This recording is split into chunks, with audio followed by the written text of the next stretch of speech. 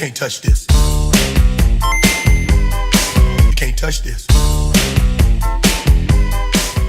E aí, gente? Na semana passada nós vimos quem foi Sócrates e qual que foi o método que ele usou, né? O método filosófico que ele usava e que era chamado de maiêutica, que é um método que ele assemelhou a um partejamento de ideias, né? Um parto mesmo. Porque era muito doloroso e muito complicado fazer com que as ideias surgissem, né, e vissem a luz do dia. O que hoje ainda é muito difícil, né? Fazer com que uma pessoa pense por ela mesma e não fique como um papagaio qualquer, só repetindo o que as outras pessoas falam. Um dos alunos mais famosos de Sócrates foi Platão, né? E Platão desenvolveu muito a filosofia de Sócrates. Na verdade, Sócrates nunca escreveu nada. O que a gente sabe de Sócrates hoje foi Platão que escreveu. Platão escrevia histórias em forma de diálogos que ele via Sócrates tendo com outras pessoas. E aí, esses diálogos tinham Sócrates como personagem principal, e é daí que nós sabemos da vida e das ideias de Sócrates, porque Sócrates mesmo só conversava com os outros na cidade, ele não escrevia nada. Platão é que escrevia, né? E Platão ficou conhecido por muitas coisas, não só por contar as histórias relativas a Sócrates, mas por criar uma filosofia também só dele. Embora seja muito difícil você separar onde acaba Sócrates e onde começa Platão, né? Mas a nossa aula de hoje vai se concentrar em uma história que é a história mais famosa contada por Platão para nos ensinar o que é o conhecimento. Essa história é chamada de Alegoria da Caverna. Então, não é mito da caverna. Mito é outra coisa, né? Mito e alegoria são coisas diferentes. Então, se você vê em algum lugar o mito da caverna de Platão, tá errado, né? É a Alegoria da Caverna. Essa história é assim. Imagina que você está numa caverna, né? E você está preso nessa caverna desde o seu nascimento, amarrado numa parede, e você só vê a parede à sua frente, né? E nessa parede você vê sombras passando, né? Sombras de animais, sombras de objetos e sombras de seres humanos. E aí você tem aqueles companheiros que estão ali com você e você conversa com eles sobre as sombras, achando que a sombra é tudo o que existe, que é o mundo verdadeiro. Nossa, só existem as sombras, você não tem como pensar além daquilo. Um belo dia, quando você acorda, você vê que você está solto, que as correntes caíram.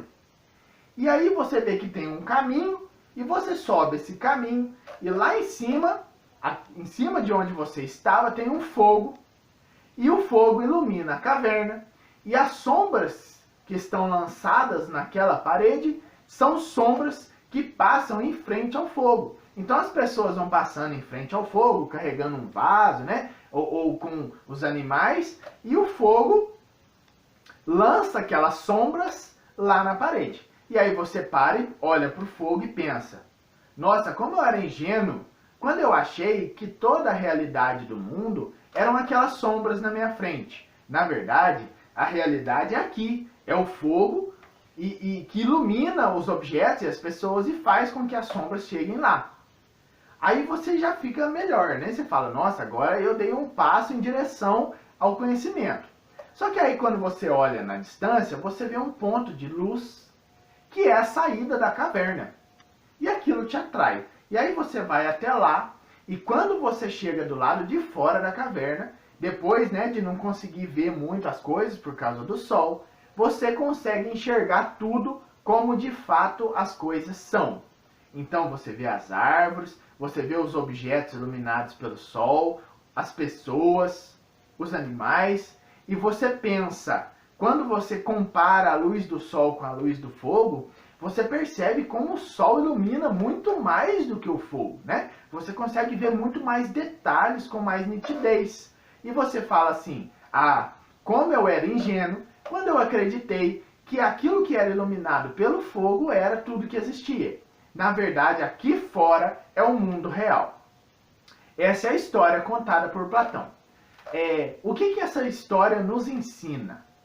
Que muitas vezes, no início da nossa jornada em direção à verdade, em direção ao conhecimento do mundo, nós achamos que aquelas sombras que a gente vê, que aquelas coisas que são superficiais, elas são a verdade. Mas quando você vai pesquisar, você vai aprofundar sobre aquilo, você descobre que na verdade não, que as coisas não são daquele jeito. Então é claro, né, que o que Platão está dizendo para nós é que o conhecimento ele está sempre fora da caverna e não dentro da caverna. Platão relaciona essa história que as sombras, as imagens são enganadoras, que nós estamos sendo enganados dentro da caverna. E fora da caverna é onde nós chegamos ao conhecimento verdadeiro. Ora, é claro que isso é uma história, né? É uma alegoria, é uma imagem criada para você entender algo.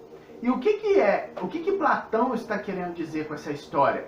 Que o caminho do conhecimento é um caminho doloroso, porque, né, quando você chega lá fora, os seus olhos doem, porque você não consegue olhar para as coisas, porque é muito claro, mas que logo você se acostuma.